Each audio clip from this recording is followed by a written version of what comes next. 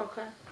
So now my case goes before, again, Judge Nicholas Clementi in January 2001, where we put back all the records that were missing from the previous courts, along with the Brooklyn DA's findings, along with all the medical evidence that was destroyed and other medical records that were held back and never read by the Won't Be Medical Board. What does Madga Deconinck do now? She states on page 15, quote, "The district attorney's office appears to be a phantom investigation." Here's the letter signed October 11, 2001 by Madga Deconinck, where it states here, "The district attorney's office appears to be a phantom investigation."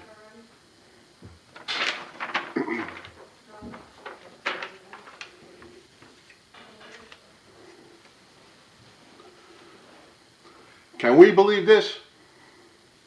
This is incredible.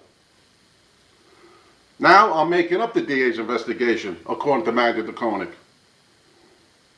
In the records to Judge Nicholas Clementi, we also showed him that the fire department's own medical records, along with the official Board of Trustees transcripts that were never read by the 1B board, that were pulled, that proved without a doubt that I never had a prior neck or back injury.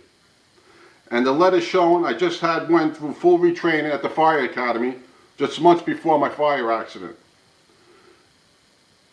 We also showed Judge Clementi my one-of-a-kind winning Supreme Court decision, where I had won my disability case with only half my records that were entered into the court's records.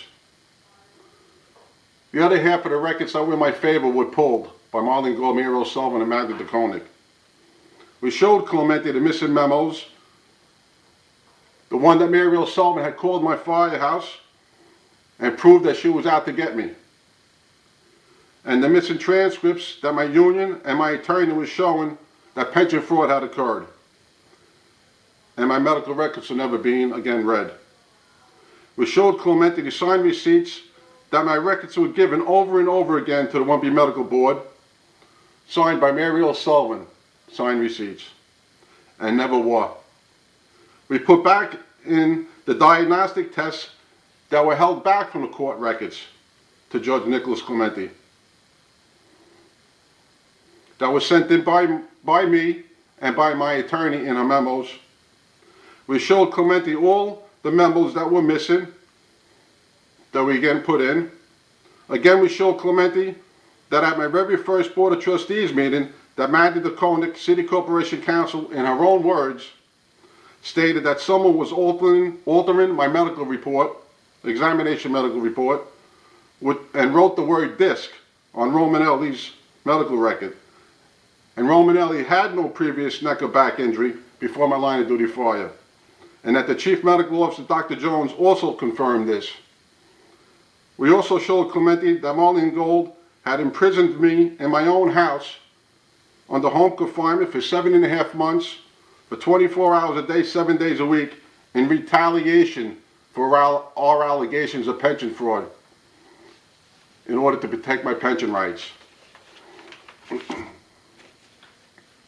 We showed Judge Clementi that the fire department's own court laws, administrative laws under the fire department pension system, and the administrative laws that applied to the New York State courts, 13.323, 13.353, and 13.377. Remember the 13.323, where all the records must be read and answered to? Where the appellate court had reversed my disability case, we had shown Judge Clementi, because of the fraud, the continuing fraud into the court process, and that the appellate court, we showed Judge Nicholas Clementi, never even stated or mentioned that I was retired on a pain syndrome.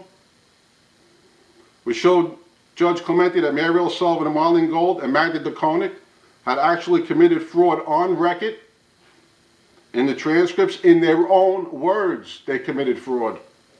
Muriel Sullivan was actually caught on the minutes stated in the minutes she was arguing my disability case and giving a false injury. The records prove that. We submitted those records that were withheld from the courts to Judge Clementi. Madga Deconinck stated no previous injury. Also stated again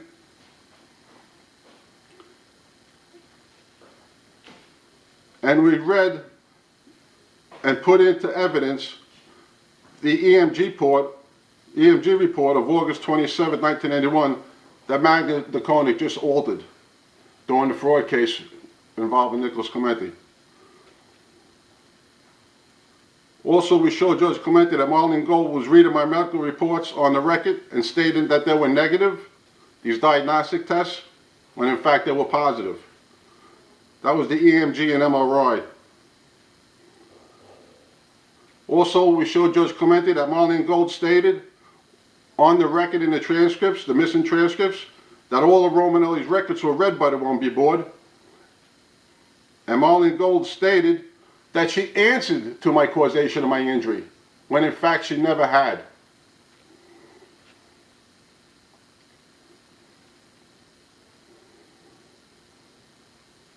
We also showed Judge Nicholas Clementi the fake signatures from Dr. Flum, where I hired a handwriting expert. We showed him that the signatures were different and they were false signatures.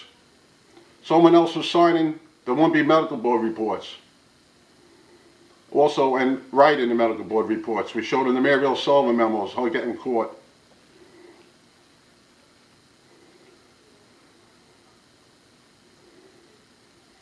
We showed Judge Clementi that we had asked for an investigation involving the Mary L. Sullivan memos when former Commissioner David Clinton caught Mary writing, drafting, and finalizing an actual firefighter's medical certificate. This was just 2 years before my accident, where Dr. Flum stated he had no idea how long in the past she had been writing them. We know it was at least 2 years in the past. Let's take a look at Commissioner Clinton's affidavit that went to Judge Nicholas Clementi during my fraud hearing.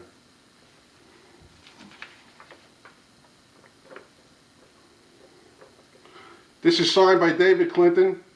This was submitted to Judge Clementi on my fraud case dated August 1st, 2001. Commissioner Clinton says, I have never been contacted by anyone from the District Attorney's Office of Kings County with reference to the omitted or missing medical documents from Mr. Romanelli's medical file that was submitted to the 1B Medical Board. Can we believe this? There is no evidence.